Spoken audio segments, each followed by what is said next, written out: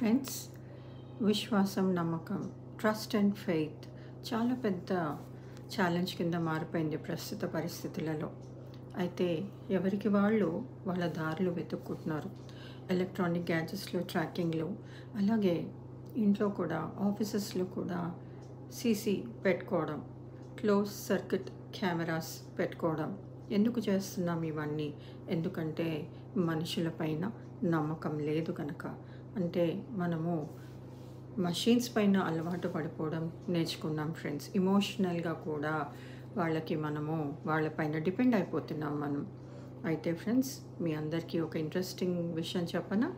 మనం ఎంతసేపు బయట ఏం జరుగుతుంది, బయట ఎలా కంట్రోల్ చేయాలి, దాని మీదే ఫోకస్ చేస్తున్నాం. కానీ అసలు మనం ఎలా ఉన్నాం, మనం ఎంత ఎరుకతో ఉన్నాం, ఎలా మనం మాట్లాడుతున్నాం, వింటున్నాం, పనులు చేస్తున్నాం అనేది ఏమైనా మనకు ఒక అవగాహన ఉందా?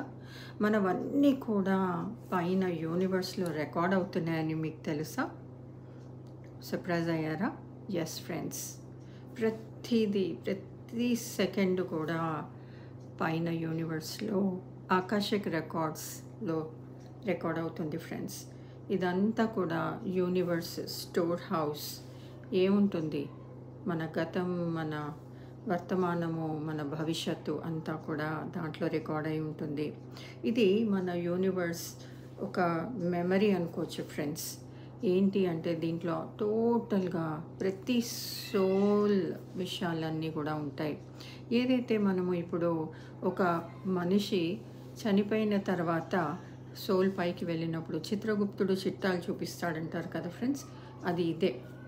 అది మనకి న్యాచురల్గా ఒక ప్లేన్కి తీసుకెళ్ళి వాళ్ళు ఇదంతా చూపిస్తారనమాట. సీక్రెట్గా, గుప్తం అంటే సీక్రెట్, చిత్రమైన మనం అన్నీ చేసుంటాం కదండి విషయాలన్నీ. అవన్నీ కూడా గుప్తంగా, చాలా కాన్ఫిడెన్షియల్గా మన సినిమా మనకే 4th డైమెన్షన్లో చూపిస్తారు ఫ్రెండ్స్. మనం ఏం తప్పులు చేశామని సిగ్గుతో తలదించుకోవాల్సి వస్తుంది. ఈ కారణాలు పెట్టుకొని మళ్ళీ ఒక కార్యంతో మనం కిందకి దిగి వస్తాం, ఆత్మల్లాగా శరీరంలో ఉంటూ. ఇది ఫ్రెండ్స్ జరుగుతుంది. బాగుంది కదండి. అయితే ఇప్పుడు మనం ఎంత ఎరుకతో ఉండాలి, ఎంత రెస్పాన్సిబుల్గా ఉండాలి. ఎందుకంటే మనం చాలా విషయాలు మనల్ని లోపల మనుషుల్ని తిట్టుకుంటాం, ద్వేషిస్తాం, దూషిస్తాం, అన్నీ అనుకుంటాం. ఓకే, ఎవరు నన్ను చూడట్లేదు కదా అని. యూనివర్స్ చూస్తుంది ఫ్రెండ్స్. Beware.